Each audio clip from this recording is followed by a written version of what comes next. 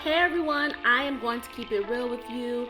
I am appalled, I am devastated, I am hurt, I am disgusted, I am just simply exhausted with everything that has been going on. I had an entirely different video planned this week, but quite honestly, I really needed this space to vent. And how tone deaf would it be if I pretend like everything is okay when it's really not? And so I am reading this love letter to all those, especially my Black people impacted by state-sanctioned violence. I'm reading it over a teleprompter, so I may not look up as much, but just know that I really wanted to articulate my ideas in a way that really helps people get it. And so here it is. All of the events that have transpired this week in response to the senseless murders of George Floyd, Breonna Taylor, Ahmaud Arbery, and countless others have been triggering, traumatic, and enraging. But I think what is even more exhausting than the unjust amount of Black lives that have been taken for ridiculous reasons, such as breathing, jogging, or even being in the safety of your own home, is the amount of white and non-Black people of color who have yet to acknowledge what's going on in this country or stand up for Black lives like mine, especially those I consider to be friends. What's even more exhausting is the amount of people that are more upset about large businesses and corporations like Target being looted and set ablaze than the Black bodies that died insensibly because this country wants to continue being racist and white supremacist. And for what?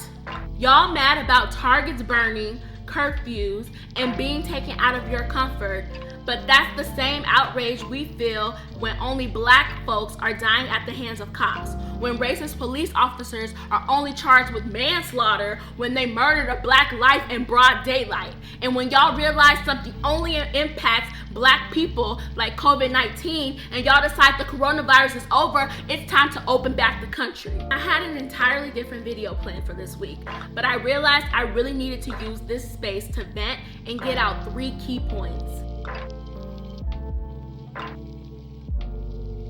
What's happening across the nation right now are not riots.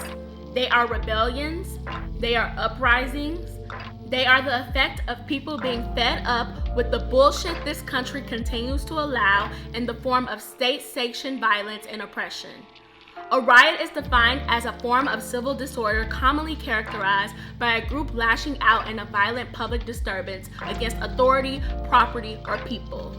When we use the term riot, it puts the blame on the people rather than the oppressor for the conditions they are experiencing. An uprising is defined as an act of opposition by many people in one area of a country against those who are in power.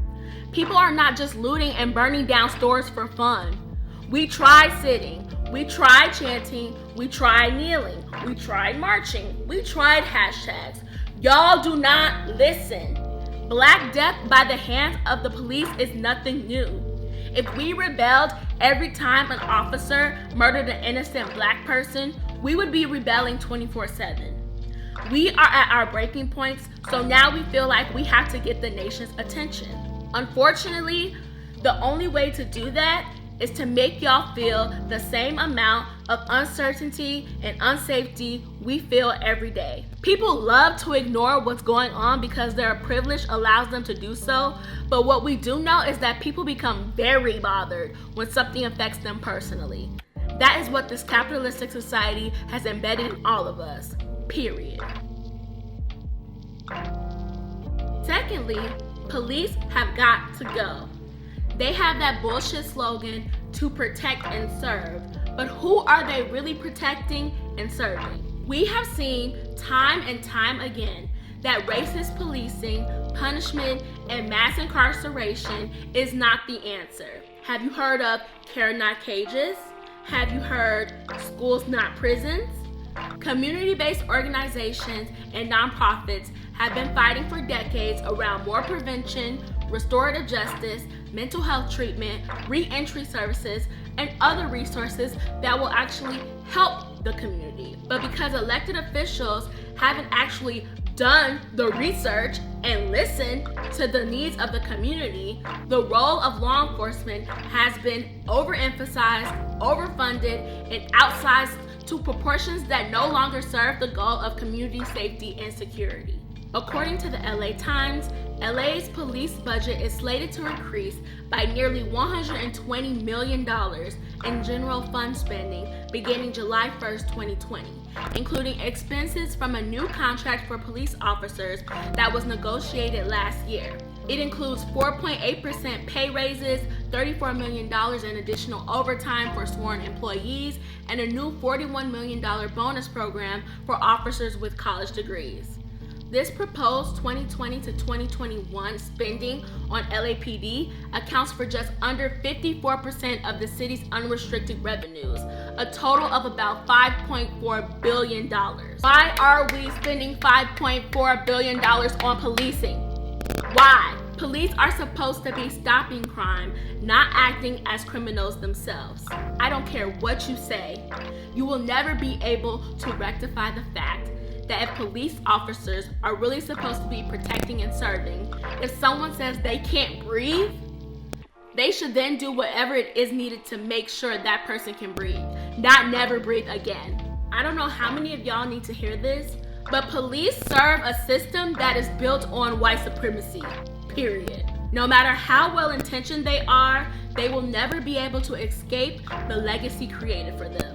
The facts are gut-wrenching, but tell the truth of the matter. According to the $1 Million Hoods Project, Los Angeles County operates the largest jail system in the United States, which imprisons more people than any other nation on earth. At a cost of nearly $1 billion annually, more than 27,000 people are caged every night in LA's county jails and city lockups, and this is only from a few particular neighborhoods across the city. According to the LA Times, in 2019, Black people made up 65% of the stops in South LA, twice their share of the overall population.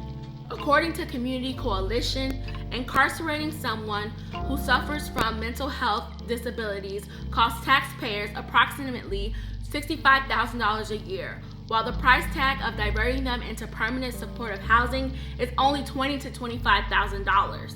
According to the Justice LA Coalition, LA County spends more than $50,000 a year to lock up one person in jail, yet only $35 per youth is spent on after-school programs, job training, and other youth development opportunities. With the time it will take to build proposed new jails, the generation that will fill them are today's elementary and preschool children, babies. Instead of investing in policing, why don't we invest in housing and food security for the 60% of the population that are homeless in LA? Instead of investing in policing, why don't we provide economic assistance to the thousands of low-income families and small businesses just trying to make it in the world each day? Instead of investing in policing, why not provide more after-school and neighborhood youth programs so that young people don't have to be out on the streets due to homelessness or unsafe households? Instead of investing in policing, why not invest in more public transportation, parks, libraries, hospitals, grocery stores, public works like trimming trees, fixing potholes, and maintaining streets? None of what I just mentioned are new solutions, but lawmakers and some civilians are so complacent with how things are, they don't want to let go of their privilege or power to make a change. All that to say, in the words of leaders from the Black Lives Matter Los Angeles chapter, we need to 1, prosecute killer cops now, and 2, defund the police because the future of Black lives depends on it.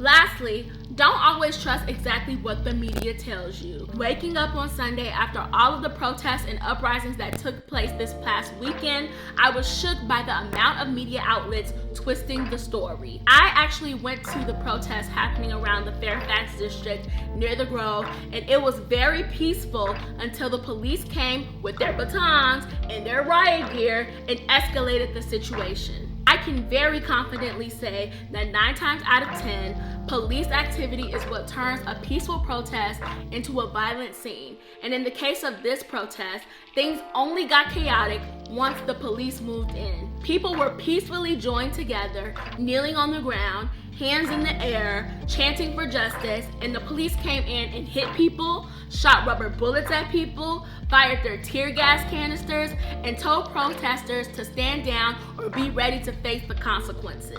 The media will tell you that people are burning buildings down, holding violent protests, and endangering the lives of others. But what I saw with my very own two eyes were people that were hurting and disappointed.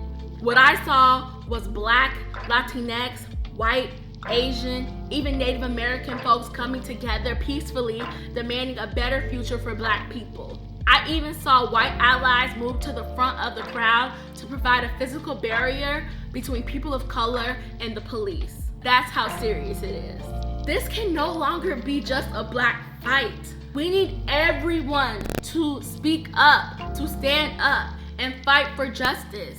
I do not care how you get involved. I know this will look different for everyone. You can use social media to draw attention to the situation. You can donate to Black causes like Reclaim the Block, Black Lives Matter, or Minneapolis Freedom Fund. You can start doing your research and vote for the elected officials that actually take Black issues seriously. You can create art that will inspire others to fight for change.